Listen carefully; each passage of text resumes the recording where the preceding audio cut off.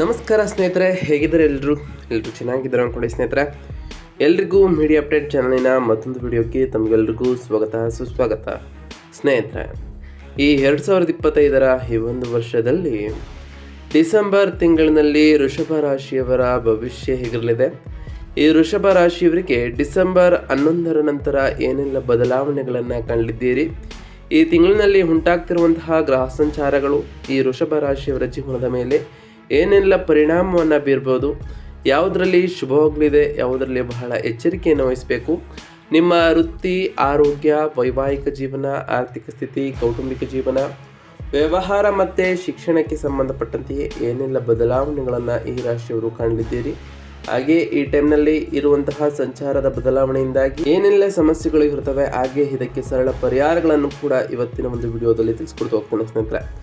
ಆದ್ದರಿಂದ ವಿಡಿಯೋನ ಸ್ಕಿಪ್ ಮಾಡದೆ ಇಲ್ಲಿಂದ ಕೊನೆ ತನಕ ನೋಡ್ತಾ ಬನ್ನಿ. ಓಡಿಸಿ ವಿಡಿಯೋನ ನೋಡೋದ್ರಿಂದ ಅಷ್ಟು ಇನ್ಫಾರ್ಮೇಷನ್ ಅರ್ಥ ಆಗೋದಿಲ್ಲ ಸ್ನೇಹಿತರೆ. ಸೊ ಫಸ್ಟಿಂದ ಎಂಡ್ ತನಕ ವಿಡಿಯೋನ ವಾಚ್ ಮಾಡಿ. ಹಾಗೆ ನಮ್ಮ ಈ ವಿಡಿಯೋ ಇಷ್ಟ ಆಗಿತ್ತು ಅಂದರೆ ವಿಡಿಯೋಗೆ ಒಂದು ಲೈಕ್ ಮಾಡಿ ಸ್ನೇಹಿತರೆ.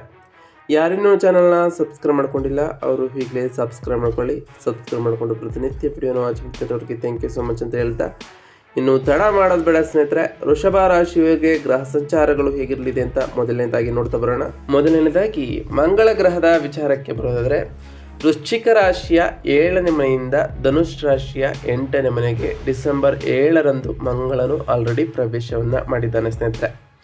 ಇನ್ನು ಗುರುಗ್ರಹದ ವಿಚಾರಕ್ಕೆ ಬರೋದಾದರೆ, ಕಟಕ ರಾಶಿಯ 3ನೇ ಮನೆಯಿಂದ ಮಿಥುನ ರಾಶಿಯ 2ನೇ ಮನೆಗೆ ಡಿಸೆಂಬರ್ 5ರಂದೆಯೇ ಗುರು ಪ್ರವೇಶವನ್ನು ಮಾಡಿರೋ ಕಾರಣ ಸಾಕಷ್ಟು ಬದಲಾವಣೆಗಳನ್ನು ಕೂಡ ಈ ವೃಷಭ ರಾಶಿಯವರು ನಿಮ್ಮ ಜೀವನದ ಮೇಲೆ ಕಾಣ್ತಾ ಬರ್ತೀರಿ. ಇನ್ನು ಸೂರ್ಯಗ್ರಹದ ವಿಚಾರಕ್ಕೆ ಬರೋದಾದರೆ, ಸೂರ್ಯನು ವೃಶ್ಚಿಕ ರಾಶಿಯ 7ನೇ ಮನೆಯಿಂದ ಡಿಸೆಂಬರ್ 16ರವರೆಗೆ ಅಲ್ಲಿ ಇದ್ದು, ಅದಾದ ನಂತರ ಧನುಷ್ ರಾಶಿಯ 8ನೇ ಮನೆಗೆ ಡಿಸೆಂಬರ್ 16 ನಂತರ ಪ್ರವೇಶವನ್ನು ಮಾಡಲಿದ್ದಾನೆ. ಇನ್ನು ಬುಧ ಗ್ರಹದ ವಿಚಾರಕ್ಕೆ ಬರೋದಾದರೆ, ಬುಧನು ವೃಶ್ಚಿಕ ರಾಶಿಯ 7ನೇ ಮನೆಯಿಂದ ಧನುಷ್ ರಾಶಿಯ 8ನೇ ಮನೆಗೆ ಡಿಸೆಂಬರ್ 29ರಂದು ರಾಶಿ ಬದಲಾವಣೆಯನ್ನು ಮಾಡಲಿದ್ದಾನೆ. ಇನ್ನು ಶುಕ್ರ ಗ್ರಹದ ವಿಚಾರಕ್ಕೆ ಬರೋದಾದರೆ, ವೃಶ್ಚಿಕ ರಾಶಿಯ 7ನೇ ಮನೆಯಿಂದ ಧನುಷ್ ರಾಶಿಯ 8ನೇ ಮನೆಗೆ ಡಿಸೆಂಬರ್ 20ರಂದು ರಾಶಿ ಬದಲಾವಣೆಯನ್ನು ಮಾಡ್ತಾ ಬಂದರೆ, ಶನಿ ಮೀನ ರಾಶಿಯ 11ನೇ ಮನೆಯಲ್ಲಿ ಈ ತಿಂಗಳಿಡೀ ಕೊನೆವರೆಗೂ ಕೂಡ ಇರಲಿದ್ದಾರೆ. ರಾಹು ಕುಂಭ ರಾಶಿಯ 10ನೇ ಮನೆಯಲ್ಲಿ ಇರಲಿದ್ದು, ಕೇತು ಸಿಂಹ ರಾಶಿಯ 4ನೇ ಮನೆಯಲ್ಲಿ ಈ ತಿಂಗಳಿಡೀ ಕೊನೆವರೆಗೂ ಕೂಡ ಇರಲಿದ್ದಾರೆ ಸ್ನೇಹಿತರೆ. ಒಟ್ಟಾರೆಯಾಗಿ ಈ ವೃಷಭ ರಾಶಿಯವರಿಗೆ ಈ ಡಿಸೆಂಬರ್ ತಿಂಗಳು ಅತ್ಯಂತ ವಿಶೇಷವಾದಂತಹ ಫಲಿತಾಂಶಗಳನ್ನು ನೀಡಲಿದೆ. ಡಿಸೆಂಬರ್ 5ರಂದು ಗುರು 2ನೇ ಮನೆಗೆ ಪ್ರವೇಶವನ್ನು ಮಾಡಿರೋ ಕಾರಣ ಇದು ನಿಮ್ಮ ದೊಡ್ಡ ಬದಲಾವಣೆಯನ್ನು ನಿಮ್ಮ ಜೀವನದಲ್ಲಿ ತರಲಿದೆ ಸ್ನೇಹಿತರೆ. ಆರ್ಥಿಕವಾಗಿ ಇದು ಅದ್ಭುತವಾದಂತಹ ಸಮಯವಾಗಿರಲಿದೆ. ಹೆಚ್ಚಿನ ಧನಲಾಭವನ್ನು ಕೂಡ ಇದೇ ತಿಂಗಳಿನಲ್ಲಿ ಕಾಣ್ತಾ ಹೋಗ್ತೀರಿ. ಆದರೆ ತಿಂಗಳ 2ನೇ ವಾರದಲ್ಲಿ ಅಂದರೆ ಕುಜ ರವಿ ಶುಕ್ರರು 8ನೇ ಮನೆಗೆ ಸೇರೋ ಕಾರಣ, ಅಂದರೆ ಅಷ್ಟಮ ಸ್ಥಾನದಲ್ಲಿ ಸೇರೋ ಕಾರಣ ಆರೋಗ್ಯ ಮತ್ತು ವಾಹನಗಳ ವಿಷಯದಲ್ಲಿ ಬಹಳ ಎಚ್ಚರಿಕೆಯನ್ನು ವಹಿಸಬೇಕು ಈ ರಾಶಿಯವರು. ಲಾಭಸ್ಥಾನದಲ್ಲಿ ಶನಿ, ದಶಮ ಸ್ಥಾನದಲ್ಲಿ ರಾಹು ನಿಮಗೆ ವೃತ್ತಿಪರವಾಗಿ ಬೆಂಬಲವನ್ನು ನೀಡಲಿದ್ದಾರೆ. ಇದರಿಂದ ಸಾಕಷ್ಟು ಉತ್ತಮವಾದ ಫಲಿತಾಂಶಗಳನ್ನು ಕೂಡ ಕಾಣ್ತಾ ಬರ್ತೀರಿ. ಇನ್ನು ಈ ವೃಷಭ ರಾಶಿಯವರಿಗೆ ಸಂಬಂಧಪಟ್ಟಂತೆಯೇ ಈ ಡಿಸೆಂಬರ್ 11ರ ನಂತರ ಏನೆಲ್ಲ ಬದಲಾವಣೆಯನ್ನು ಕಾಣಲಿದ್ದೀರಿ ವೃತ್ತಿಯಲ್ಲಿ ಅಂತ ನೋಡ್ತಾ ಬರೋದ್ರೆ, ಉದ್ಯೋಗಿಗಳಿಗೆ ಈ ತಿಂಗಳು ಮಿಶ್ರ ಫಲಿತಾಂಶವನ್ನು ನೀಡುವಂತಹ ತಿಂಗಳಾಗಿರಲಿದೆ. ಅನುಕೂಲಗಳ ವಿಚಾರಕ್ಕೆ ಬರೋದಾದರೆ, 10ನೇ ಮನೆಯಲ್ಲಿ ರಾಹು, 11ನೇ ಮನೆಯಲ್ಲಿ ಶನಿ ಇರೋದರಿಂದಾಗಿ ವೃತ್ತಿಯಲ್ಲಿ ಸ್ಥಿರತೆಯೂ ಕೂಡ ಇರುತ್ತದೆ. ಹೊಸ ಜವಾಬ್ದಾರಿಗಳು ಕೂಡ ಸಿಗಲಿದೆ. ಗುರು 2ನೇ ಮನೆಗೆ ಬರೋದರಿಂದ ನಿಮ್ಮ ಮಾತುಗಾರಿಕೆಯಿಂದ ಎಲ್ಲರನ್ನೂ ಆಕರ್ಷಿಸ್ತಾ ಹೋಗ್ತಾರೆ ಸ್ನೇಹಿತರೆ. ನಿಮ್ಮ ಐಡಿಯಾಗಳಿಗೆ ಕಚೇರಿಯಲ್ಲಿ ಮನ್ನಣೆಯೂ ಕೂಡ ಸಿಗಲಿದ್ದು, ಇದರಿಂದ ಉತ್ತಮವಾದ ಕೆರಿಯರನ್ನು ನೀವು ಡೆವಲಪ್ಮೆಂಟ್ ಮಾಡ್ಕೊಳ್ಬೋದಾಗಿದೆ ಅಂತ ಹೇಳ್ಬೋದು ಸ್ನೇಹಿತರೆ. ಇನ್ನು ಸವಾಲುಗಳ ವಿಚಾರಕ್ಕೆ ಬರೋದಾದರೆ, ಡಿಸೆಂಬರ್ 16 ನಂತರ ಸೂರ್ಯ ಕುಜ 8ನೇ ಮನೆಗೆ ಹೋಗೋದ್ರಿಂದ, ಅಂದರೆ ಅಷ್ಟಮ ಸ್ಥಾನಕ್ಕೆ ಹೋಗೋದ್ರಿಂದ ಕೆಲಸದಲ್ಲಿ ಒತ್ತಡ ಏಕಾಏಕಿ ಹೆಚ್ಚಾಗ್ಬೋದು. ಹಠಾತ್ ಪ್ರಯಾಣ ಅಥವಾ ವರ್ಗಾವಣೆಯೂ ಕೂಡ ಬರ್ಬೋದು. ಮೇಲಾಧಿಕಾರಿಗಳೊಂದಿಗೆ ವಾದಕ್ಕೆ ಇಳಿಯಕ್ಕೆ ಹೋಗಬೇಡಿ ಸ್ನೇಹಿತರೆ. ಗುಪ್ತ ಶತ್ರುಗಳು ನಿಮ್ಮ ಹೆಸರನ್ನು ಕೆಡಿಸಲು ಪ್ರಯತ್ನವನ್ನು ಮಾಡ್ಬೋದು. ಅದರಿಂದ ಬಹಳ ಎಚ್ಚರಿಕೆಯಿಂದ ಈ ರಾಶಿಯವರು ಇರಬೇಕಾಗಿರ್ತದೆ ಸ್ನೇಹಿತರೆ. ಇನ್ನು ಈ ರಾಶಿಯವರಿಗೆ ಸಂಬಂಧಪಟ್ಟಂತೆಯೇ ಕುಟುಂಬ ಮತ್ತು ಸಂಬಂಧಗಳ ವಿಚಾರದ ಬಗ್ಗೆ ಮಾತನಾಡ್ತಾ ಬರೋದಾದರೆ, ಈ ವೃಷಭ ರಾಶಿಯವರಿಗೆ ಕೌಟುಂಬಿಕ ಜೀವನದಲ್ಲಿ ಸಂತೋಷ ತುಂಬಾನೇ ಇರ್ತದೆ ಸ್ನೇಹಿತರೆ. ಗುರು 2ನೇ ಮನೆಯಲ್ಲಿ ಇರುವುದರಿಂದ ಕುಟುಂಬ ಸದಸ್ಯರ ನಡುವೆ ಸಾಮರಸ್ಯವು ಕೂಡ ಹೆಚ್ಚಿರ್ತದೆ. ನಿಮ್ಮ ಮಾತಿಗೆ ಬೆಲೆಯೂ ಕೂಡ ಬರ್ತದೆ. ಮನೆಯಲ್ಲಿ ಶುಭ ಕಾರ್ಯಗಳು ನಡೆಯುವಂತಹ ಸೂಚನೆಗಳು ಕೂಡ ಇರಲಿದೆ ಸ್ನೇಹಿತರೆ. ಆದರೆ 4ನೇ ಮನೆಯಲ್ಲಿ ಕೇತು ಇರೋದರಿಂದ ತಾಯಿಯ ಆರೋಗ್ಯದ ವಿಷಯದಲ್ಲಿ ಸ್ವಲ್ಪ ಆತಂಕವಿರಬಹುದು. ಹಾಗಾಗಿ ತಿಂಗಳ 2ನೇ ವಾರದಲ್ಲಿ 7 ಮತ್ತು 8ನೇ ಮನೆಯಲ್ಲಿ ಗ್ರಹಗಳ ಪ್ರಭಾವದಿಂದ ಜೀವನ ಸಂಗಾತಿಯೊಂದಿಗೆ ಸಣ್ಣ ಪುಟ್ಟ ಜಗಳಗಳು ಕೂಡ ಬರ್ಬೋದು ಸ್ನೇಹಿತರೆ. ಮುಖ್ಯವಾಗಿ ಅತ್ತೆ ಮಾವಂದಿರ ಕಡೆಯ ಸಂಬಂಧಿಕರೊಂದಿಗೆ ಮನಸ್ತಾಪವು ಬರದಂತೆ ಈ ರಾಶಿಯವರು ನೋಡ್ಕೊಳ್ಬೇಕಾಗಿರ್ತದೆ. ಈ ಟೈಮ್ನಲ್ಲಿ ಸಾಧ್ಯವಾದಷ್ಟು ತಾಳ್ಮೆಯಿಂದ ಇರುವುದು ಕೂಡ ನಿಮಗೆ ಅನುಕೂಲಕರವಾಗಿರ್ತದೆ ಸ್ನೇಹಿತರೆ. ಇನ್ನು ಆರೋಗ್ಯದ ವಿಚಾರಕ್ಕೆ ಬರೋದಾದರೆ, ಆರೋಗ್ಯದ ವಿಚಾರದಲ್ಲಿ ಈ ವೃಷಭ ರಾಶಿಯವರಿಗೆ ಅತ್ಯಂತ ಎಚ್ಚರಿಕೆ ಅಗತ್ಯವಾಗಿರ್ತದೆ. ಈ ತಿಂಗಳಿನಲ್ಲಿ ಡಿಸೆಂಬರ್ 7ರಂದು ಕುಜ 8ನೇ ಮನೆಗೆ, ಆನಂತರ ಸೂರ್ಯ ಶುಕ್ರ ಕೂಡ ಅಲ್ಲಿಗೆ ಸೇರುವ ಕಾರಣ ಅಷ್ಟಮ ಗ್ರಹ ದೋಷ ಉಂಟಾಗ್ತದೆ. ಇದರಿಂದ ಅಧಿಕ ಉಷ್ಣ, ಮೂಲವ್ಯಾಧಿ ಅಥವಾ ರಕ್ತ ಸಂಬಂಧಪಟ್ಟಂತಹ ಸಮಸ್ಯೆಗಳು ನಿಮಗೆ ಕಾಡಬಹುದು. ವಾಹನ ಚಾಲನೆ ಮಾಡುವಾಗ ತುಂಬ ಜಾಗ್ರತೆಯಿಂದಿರಬೇಕು. ಸಣ್ಣ ಪುಟ್ಟ ಅಪಘಾತಗಳು ನಡೆಯುವಂತಹ ಸಾಧ್ಯತೆ ಇದೆ. ಎತ್ತರದ ಪ್ರದೇಶಗಳಿಂದ ಕೆಳಗೆ ನೋಡುವಾಗ ಅಥವಾ ಸಾಹಸ ಕೃತ್ಯಗಳನ್ನು ಮಾಡುವಾಗ ಎಚ್ಚರ ಅವಶ್ಯಕವಾಗಿರ್ತದೆ ಈ ರಾಶಿಯವರಿಗೆ ಸ್ನೇಹಿತರೆ. ಇನ್ನು ಈ ರಾಶಿಯವರಿಗೆ ಸಂಬಂಧಪಟ್ಟಂತೆ ವ್ಯಾಪಾರ ಮತ್ತು ವ್ಯವಹಾರದ ವಿಚಾರಕ್ಕೆ ಬರೋದಾದರೆ, ಬಿಸ್ನೆಸ್ ವಿಚಾರದಲ್ಲಿ ಈ ತಿಂಗಳಿನಲ್ಲಿ ಏರುಪೇರುಗಳು ಇರ್ತವೆ. ಅಪ್ ಆ್ಯಂಡ್ ಡೌನ್ಸ್ ಅಂತೂ ಇರಲಿದೆ ಸ್ನೇಹಿತರೆ. 11ನೇ ಮನೆಯಲ್ಲಿ ಶನಿ ಲಾಭಗಳನ್ನು ನೀಡ್ತಾನೆ. ಆದರೆ 7ನೇ ಮನೆಯ ಅಧಿಪತಿ ಕುಜ 8ನೇ ಮನೆಗೆ ಹೋಗೋದ್ರಿಂದ ಪಾಲುದಾರಿಕೆ ವ್ಯವಹಾರಗಳಲ್ಲಿ ಜಗಳಗಳು ಕೂಡ ಬರ್ಬೋದು. ಪಾಲುದಾರರೊಂದಿಗೆ ಪಾರದರ್ಶಕವಾಗಿರುವುದು ಕೂಡ ಈ ರಾಶಿಯವರಿಗೆ ಮುಖ್ಯವಾಗಿರಲಿದೆ.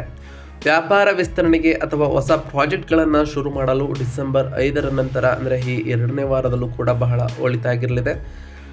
ಸರ್ಕಾರಿ ಸಂಬಂಧಪಟ್ಟಂತಹ ಕೆಲಸಗಳಲ್ಲಿ ವಿಳಂಬವಾಗ್ಬೋದು ಅಥವಾ ದಂಡ ಕಟ್ಟುವಂತಹ ಪರಿಸ್ಥಿತಿಯೂ ಕೂಡ ಬರ್ಬೋದು. ಅದರಿಂದ ದಾಖಲೆಗಳು ಸರಿಯಾಗಿದೆ ಎಂದು ಪರಿಶೀಲಿಸಿಕೊಳ್ಳಿ ಈ ಟೈಮ್ನಲ್ಲಿ ಈ ವೃಷಭ ರಾಶಿಯವರು. ಇನ್ನು ವಿದ್ಯಾರ್ಥಿಗಳ ವಿಚಾರಕ್ಕೆ ಬರೋದಾದರೆ, ವಿದ್ಯಾರ್ಥಿಗಳ ಶೈಕ್ಷಣಿಕ ವಿಚಾರದಲ್ಲಿ ಅದ್ಭುತವಾದಂತಹ ಸಮಯವಾಗಿರಲಿದೆ ಈ ವೃಷಭ ರಾಶಿಯವರಿಗೆ. ವಿದ್ಯಾಕಾರಕನಾದಂತಹ ಗುರು 2ನೇ ಮನೆಗೆ ಬರೋದರಿಂದ ಜ್ಞಾಪಕ ಶಕ್ತಿ ಹೆಚ್ಚಲಿದೆ. ಕ್ಲಿಷ್ಟಕರವಾದಂತಹ ವಿಷಯಗಳನ್ನು ಕೂಡ ಸುಲಭವಾಗಿ ಅರ್ಥ ಮಾಡಿಕೊಳ್ಳುವಂತಹ ಧೈರ್ಯ ನಿಮ್ಮಲ್ಲಿ ಉಂಟಾಗಲಿದೆ ಸ್ನೇಹಿತರೆ. ಸ್ಪರ್ಧಾತ್ಮಕ ಪರೀಕ್ಷೆಗಳಲ್ಲಿ ಜಯವನ್ನು ಕೂಡ ಸಾಧಿಸ್ತಾ ಹೋಗ್ತೀರಿ. ಆದರೆ 8ನೇ ಮನೆಯಲ್ಲಿ ಗ್ರಹಗಳು ಇರೋದರಿಂದ ಸ್ನೇಹಿತರಿಂದ ಅಥವಾ ಅನಗತ್ಯ ವಿಷಯಗಳಿಂದ ಸಮಯ ವ್ಯರ್ಥವಾಗದಂತೆ ನೋಡಿಕೊಳ್ಬೇಕಾಗಿರುತ್ತದೆ. ಅದರಲ್ಲೂ ಸಂಶೋಧನೆ ಕ್ಷೇತ್ರಗಳಲ್ಲಿ ವಿದ್ಯಾರ್ಥಿಗಳು ಈ ತಿಂಗಳು ಬಹಳ ಅನುಕೂಲಕರವಾಗಿದ್ದು ಉನ್ನತವಾದಂತಹ ಫಲಿತಾಂಶಗಳನ್ನು ಕೂಡ ಈ ರಾಶಿಯವರು ಪಡೆಯಲಿದ್ದೀರಿ. ಅದರಲ್ಲೂ ಈ ರಾಶಿಯ ವಿದ್ಯಾರ್ಥಿಗಳು ಹೊಸ ಹೊಸ ಕೌಶಲ್ಯಗಳನ್ನು ಕಲಿಬೇಕು ಅಂದ್ಕೊಂಡಿದ್ರೆ ಈ ತಿಂಗಳು ಬಹಳ ಅನುಕೂಲಕರವಾಗಿರೋದ್ರಿಂದ ಇದು ನಿಮ್ಮ ಸ್ಕಿಲ್ಸನ್ನು ಇನ್ನಷ್ಟು ವೃದ್ಧಿ ಮಾಡಲಿದೆ. ಹಾಗೆಯೇ ನೀವು ಅಂದುಕೊಂಡಿರುವಂತಹ ಕಾರ್ಯವನ್ನು ಸಾಧಿಸಲು ಇದು ನೆರವಾಗಲಿದೆ ಸ್ನೇಹಿತರೆ. ಇನ್ನು ಈ ರಾಶಿಯವರಿಗೆ ಸಂಬಂಧಪಟ್ಟಂತೆ ಹಣಕಾಸಿನ ವಿಚಾರದ ಬಗ್ಗೆ ಮಾತನಾಡ್ತಾ ಬರೋದಾದರೆ, ಆರ್ಥಿಕವಾಗಿ ಈ ಡಿಸೆಂಬರ್ ತಿಂಗಳು ನಿಮಗೆ ಬಹಳ ಚೆನ್ನಾಗಿರಲಿದೆ ಅಂತ ಹೇಳ್ಬೋದು. ಮುಖ್ಯವಾಗಿ ಡಿಸೆಂಬರ್ 5ರಿಂದ ಗುರು 2ನೇ ಮನೆಯಲ್ಲಿ ಸಂಚರಿಸೋ ಕಾರಣ ಧನ ಪ್ರವಾಹವೂ ಕೂಡ ಹೆಚ್ಚಿರೋ ಕಾರಣ ಉತ್ತಮವಾದ ಆದಾಯವನ್ನು ಕೂಡ ಕಾಣ್ತಾ ಬರ್ತಿದೆ ಸ್ನೇಹಿತರೆ.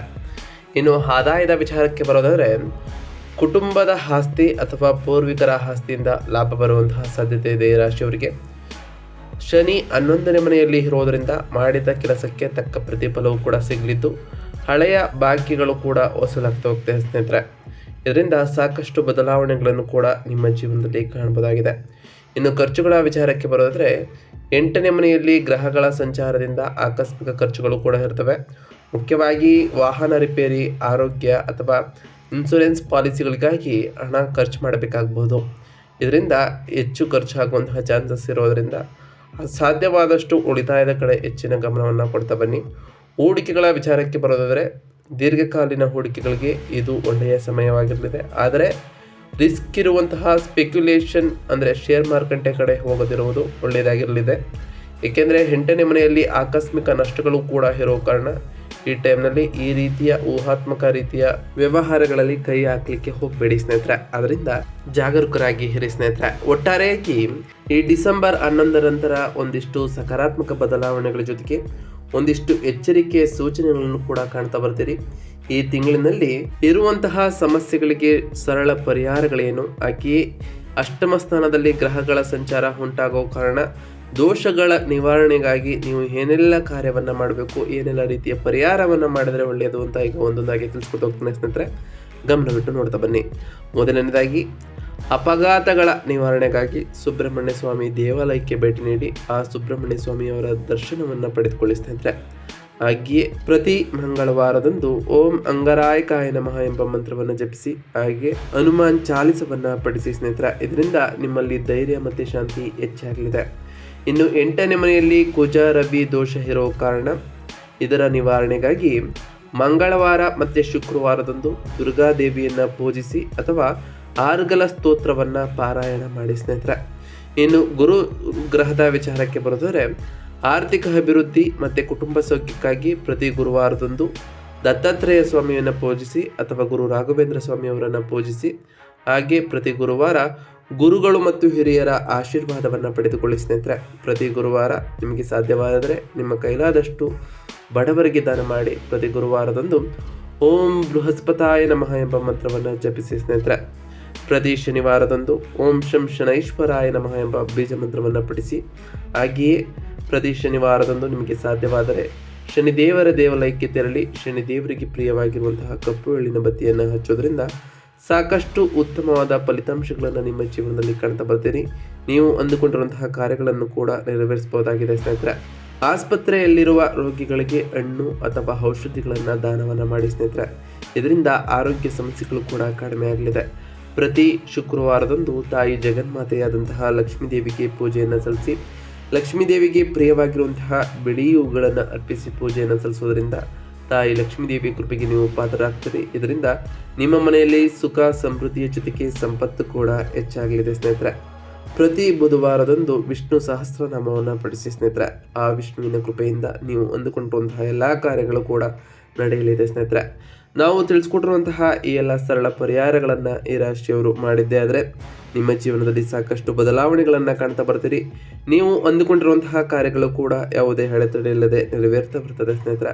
ಇದಾಗಿತ್ತು ಇವತ್ತಿನ ಒಂದು ವಿಡಿಯೋ ಸ್ನೇಹಿತರೆ. ವಿಡಿಯೋ ಇಷ್ಟ ಆಗಿತ್ತು ಅಂದರೆ ವಿಡಿಯೋಗೆ ಒಂದು ಲೈಕ್ ಮಾಡಿ. ಯಾರೇನು ನಮ್ಮ ಚಾನಲ್ನ ಸಬ್ಸ್ಕ್ರೈಬ್ ಮಾಡ್ಕೊಂಡಿಲ್ಲ ಅವರು ಈಗಲೇ ಸಬ್ಸ್ಕ್ರೈಬ್ ಮಾಡ್ಕೊಳ್ಳಿ.